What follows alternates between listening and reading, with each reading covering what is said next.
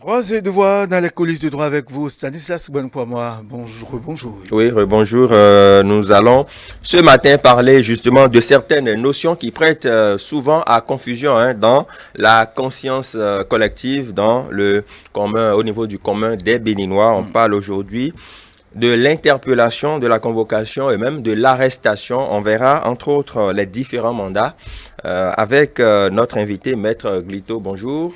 Bonjour Monsieur Stanislas, bonjour Monsieur Théodule et je salue les téléspectateurs. Ils vous répondent par ma voix. Pour être plus complet, c'est Lionel Rodrigue Glito. Vous êtes juriste. Merci beaucoup pour la disponibilité. C'est moi.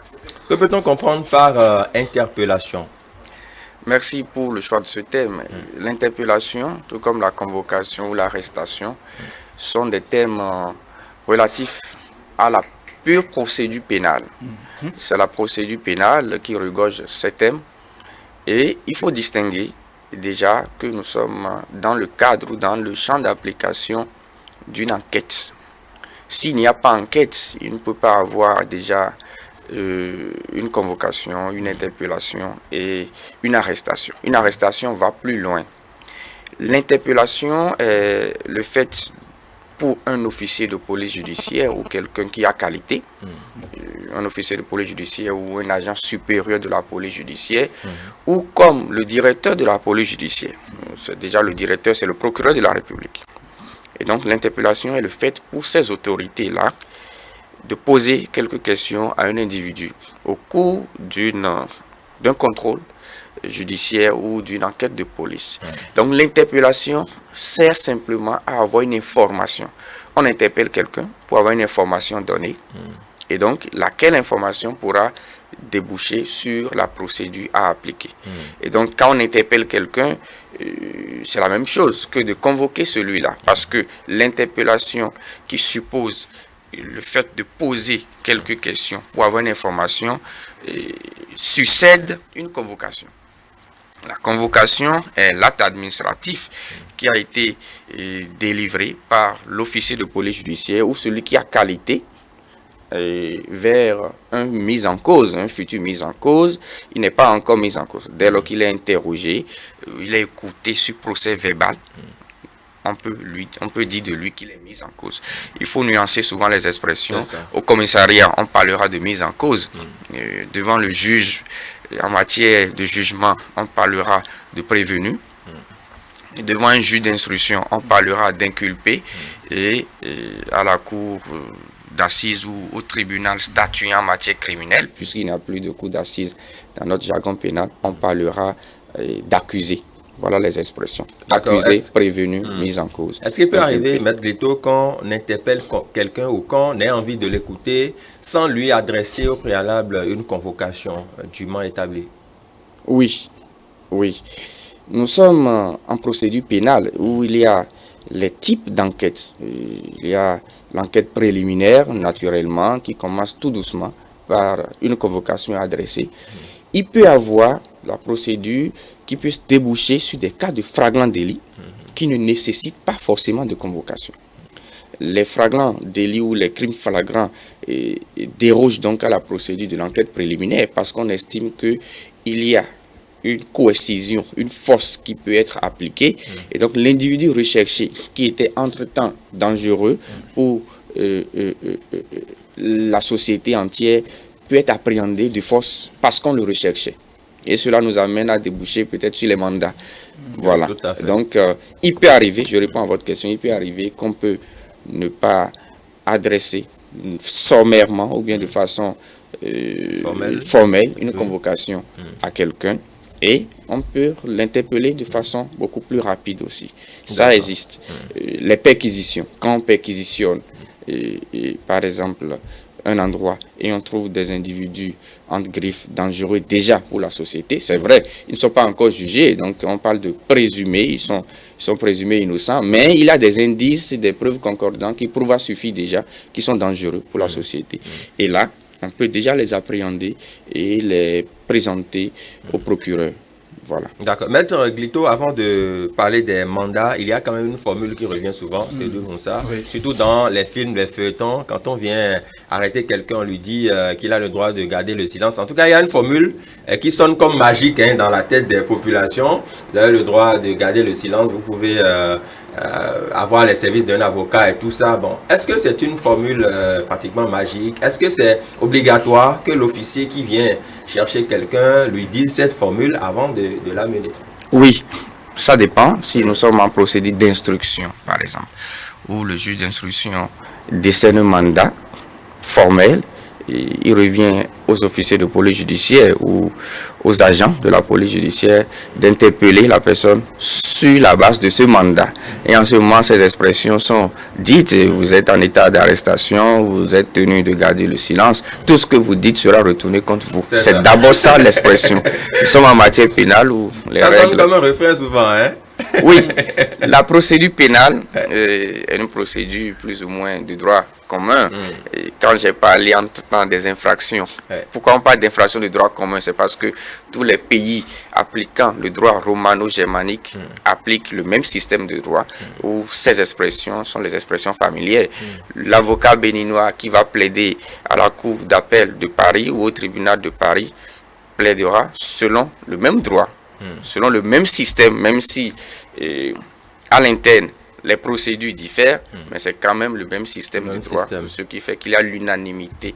C'est ça l'expression droit commun, simplement. D'accord. Voilà. Il y a des individus, une fois interpellés, disent je ne parlerai qu'en présence de mon avocat. Oui. Au Bénin, je crois que c'est l'article 59 du Code de procédure pénale qui dispose des droits attachés au gardé à vue. Je peux vous le citer directement. L'article 59 dispose: l'officier de police judiciaire doit informer toute personne gardée à vue de ses droits, à savoir constituer un avocat, se faire examiner par un médecin de son choix, informer et recevoir un membre de sa famille. Toutefois, la garde à vue est interdite en matière d'infraction commise par voie de presse ou par moyen de communication audiovisuelle. Aux fins de garde à vue, il sera tenu un registre coté paraphé par le procureur. Voilà, je m'arrête là.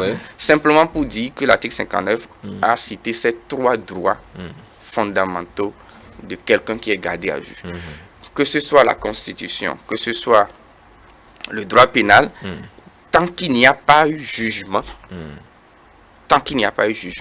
on ne peut pas quand même prédire que telle personne est accusée, donc telle personne est condamnée, telle personne doit être considérée comme telle, comme dangereuse au niveau de la société, simplement parce que les règles en matière de procédure doivent s'appliquer et doivent se respecter. De telle sorte que si il y a eu déjà au niveau des unités de police des violations à ces règles, il peut y avoir ce qu'on appelle les vices de procédure.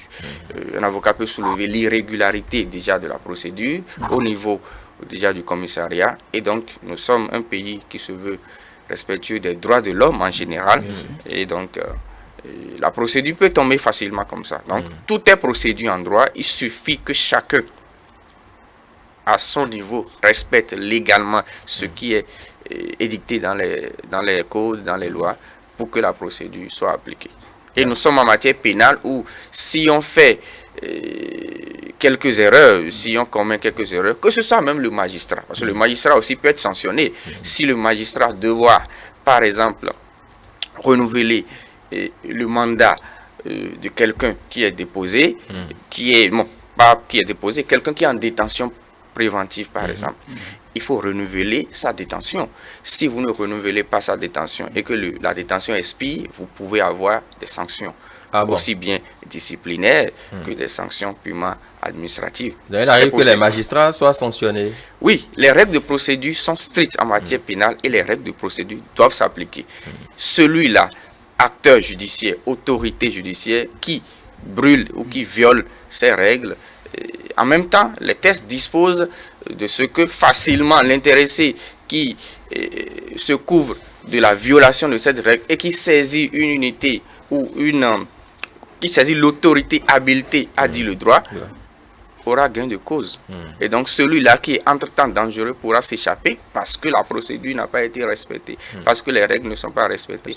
Et donc banalement, il va échapper à la sanction pénale, alors que c'est du fait d'un officier, c'est du fait d'un magistrat. Donc tout le monde est vigilant en matière pénale. C'est ça. Voilà. Pour sortir de ce thème, on parle rapidement des différents mandats que nous avons au Bénin. Combien de types de mandats avons-nous, Maître Glito? Nous avons l'habitude d'en entendre parler, un mandat d'arrêt, beaucoup plus souvent mandat d'amener. Quels sont les types de mandats au Bénin? Nous avons l'article 132 du Code de procédure pénale qui a le mérite de disposer, de citer les mandats. En matière de mandat, le code ou l'article 132 a parlé de 3 mandats. Et il faudrait d'abord préciser celui-là qui a qualité pour décerner un mandat. Depuis quelques années, il y a eu notre arsenage pénal ou judiciaire qui a été revu, où de nouveaux juges ont commencé à renaître. Certaines expressions nouvelles ont commencé à être utilisées. On a par exemple celui qu'on appelle le juge des libertés et de la détention, qu'on appelle le JLD. Entre-temps, c'était le juge d'instruction qui était seul habilité ou qui avait le pouvoir de gérer beaucoup de choses. En France, Honoré de Balzac a pu dire que le juge d'instruction est l'homme le plus puissant de France parce que le juge d'instruction a tout pouvoir. Mais avec l'arrivée du JLD, du juge des libertés et de la détention, les pouvoirs du juge d'instruction se sont plus ou moins amoindris. Donc le juge d'instruction a qualité pour décerner 3 types de mandats au Bénin. L'article 132 est ferme. L'article dit, je cite, le juge d'instruction peut selon le cas décerner mandat de comparution, mandat d'amener ou mandat d'arrêt. Le mandat d'amener est l'ordre donné par le juge à la force publique de conduire immédiatement la personne contre laquelle il est décerné devant lui. Donc c'est un mandat qui a un objet précis. Mandat d'amener, conduire immédiatement l'intéressé. Et vous voyez, quand on veut conduire l'intéressé et que l'intéressé n'était pas en temps déjà gardé ou déjà bloqué quelque part, donc de force, on le prend, on le conduit vers le magistrat instructeur. Deuxième mandat, c'est le mandat de dépôt, connu de tous souvent. C'est le mandat, c'est l'ordre donné par le juge ou le représentant du ministère public. Ça veut dire que le procureur aussi peut intervenir pour décerner un mandat de dépôt. Dès lors que le procureur voit déjà au thème du procès verbal d'enquête préliminaire qu'il y a bel et bien eu des indices qui prouvent à suffire que quelqu'un peut être poursuivi devant une juridiction, le procureur peut déjà décerner un mandat de dépôt. Et on dépose la personne dans une maison d'arrêt et ensuite la personne sera présentée à l'audience pour jugement plus tard. Et donc, je poursuis la définition. Le mandat de dépôt est l'ordre donné par le juge ou le représentant du ministère public au surveillant chef de la maison d'arrêt de recevoir et de retenir l'inculpé. Ce mandat permet également de rechercher ou de transférer l'inculpé lorsqu'il a été précédemment notifié, lorsqu'il lui a été précédemment notifié. Donc, voilà ce qu'on appelle mandat de dépôt.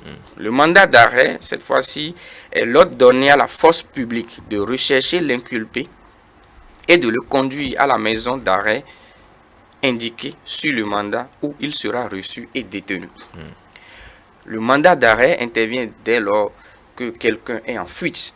On ne le retrouve pas et donc la procédure pénale, c'est que le juge peut instruire contre quelqu'un connu ou quelqu'un non connu. On parle de quelqu'un dénommé ou de X personne qui n'est pas connu aussi. Donc le juge d'instruction peut ouvrir, élargir le champ de l'enquête et décerner mandat contre toute personne. Mandat d'arrêt contre toute personne qui est en fuite. Et donc, vous avez entendu quand quelqu'un... Bon, Monsieur Komé-Koutié, par exemple, je donne un exemple, je ne dis pas que c'est forcément ça. Le gouvernement ou les autorités judiciaires béninoises ont décerné mandat d'arrêt contre lui. Et ce mandat d'arrêt a été exécuté en temps, même si pour des questions de procédure, ça n'a peut-être pas produit tous ses effets. Mais c'est juste un exemple banal que je donne. Voilà, c'est ça un mandat d'arrêt. Donc, c'est les 3 types de mandats que nous connaissons dans le droit pénal béninois. Maître Glito, merci pour toutes ces explications. Nous y reviendrons amplement puisque c'est quand même assez utile de les connaître en tant que population à la base. Merci pour votre disponibilité ce matin. Passez une bonne semaine de travail. Je vous salue et je salue les téléspectateurs. Merci aussi pour l'invitation. Merci à vous, Maître Rodrigue Glito, Stanislas Bononko. Merci. Nous allons donc marquer une pause, suivre la question du jour et nous retrouver pour la causerie matinale avec nos invités juste après.